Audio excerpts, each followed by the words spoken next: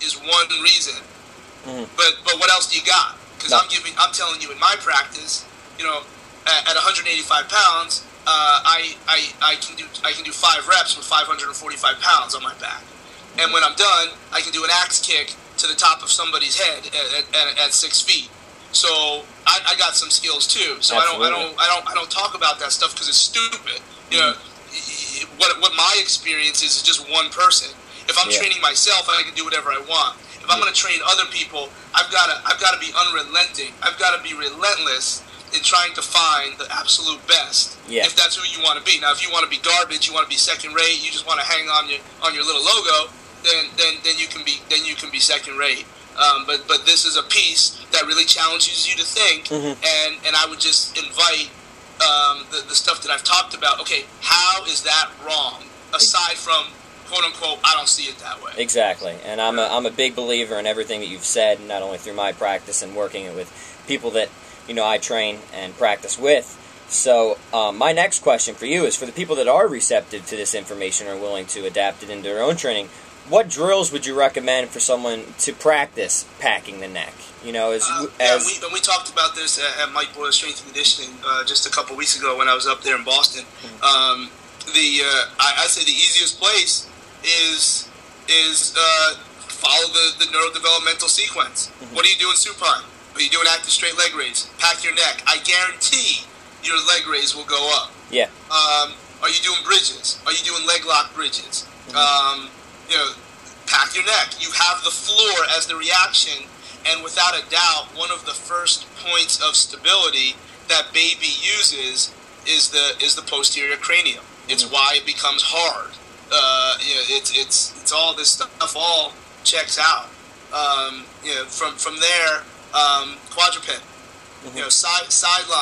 Sideline packing the neck. If you're going to do a side plank or a clamshell, your neck better be in line with your spine, or you are leaving a ton. You're just basically torquing your entire spine. Think of it like a chain. You'll look at the chain and you move the top of the chain. The bottom didn't move from those bottom 3 segments, but it shifted its whole section forwards. Yeah, that's what's happening in your spine. The push-up and plank position. Obviously there's a lot of great teaching that suggests that the plank equates to many other moves. In our training program, we do planks and push-ups 4 out of 5 days when guys are training 5 days. We'll probably also do it a lot on 5 days, which is a straight kettlebell training workout. Yeah. The neck is in line with the spine, is it not? Now, I'm talking about the packed neck in terms of that flexed hip hinge position, but I don't think it matters where your hips are. Your neck should not follow your hips. Another piece of evidence that you can use to support that, is what's called the spino-ocular reflex.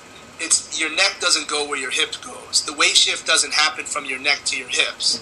It's the eyes. It's the vestibulo-ocular reflex, also known spino-ocular reflex. Your spine goes where your eyes go. It's just there's so many different angles that you can use to support this. So I would say pick slower moves because it's easier to chip into a slow engram than a fast engram. Then I would go slow, strong, and then I would go fast. And then you would go fast. Understood. Yeah. And it took me like 14 months to feel good about it. I've been working on it since I read your first blog post, and then after I met you, I've been continuously working on it as well. And it's definitely a skill. Yeah, it's hard. It's hard to do. Especially because most of us are always taught to look up, and the power of that vestibular action will often help you. I might also suggest that the bony stability of cervical extension also helps you in the short term. Yes. To get your neck packed and to really have great eye mobility, I believe, and I'm not Z Health trained, but I believe that's a key point that we should really be listening to in terms of Z Health. Absolutely, fantastic. Thanks a lot for clarifying a lot of that for us. One of the other associates who works here, his name is Steve Mays. He's one of our certified strength and conditioning specialists. He's a big fan of your work. We wanted him to be here to talk with you tonight. Unfortunately, he couldn't make it, but he gave us a list of questions that he wanted to hear your input on, and a lot of them relate to the FMS. And one of his questions were, what methods do you use for rotary stabilization? The rotary stability would certainly start with cervical mobility. Actually, you can't have authentic reflexive stability until you can stabilize outside of neutral. Yeah. Now, stabilizing outside of neutral is a very necessary thing to be able to do. How do you control non-centrated positions gives those capsules an awareness of their full excursion of the joint. When you have full excursion, your body will reflexively stabilize in the middle. It's how the core pendulum theory, at least how I explain it. So I would first start with cervical rotation. Now, flexion and extension beget rotation, but you really should check flexion extension first. Okay. Then rotation of the cervical spine. Then don't look for rotary stability unless you have sagittal stability. Yes. So again, I'm kind of avoiding the question, but I'll get to it. But to think of rotary stability, if the question is coming from a potential struggle of achieving rotary stability, maybe it's because you're going out of order. And we can think deeper than the algorithm to the FMS, but in all, without a doubt, we should be looking at active straight leg raise before we look at rotary stability. We should be looking at shoulder mobility, which begins with the neck, before we look at rotary stability. But let's say you're in the right place, you're at multi-segmental rotation, and your neck is good, you got it done. Yeah.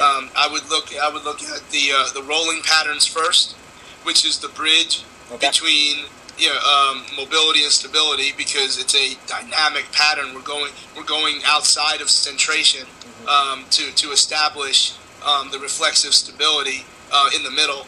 It's just how it works. When you have proprioception from the capsules that say you have rotation in the requisite 12 to 15 degrees that we have, you will then find the middle, and then you go to your heavy duty chops and lifts, one arm, one leg stuff, side planks, basically anything you do with one arm and one leg is rotary.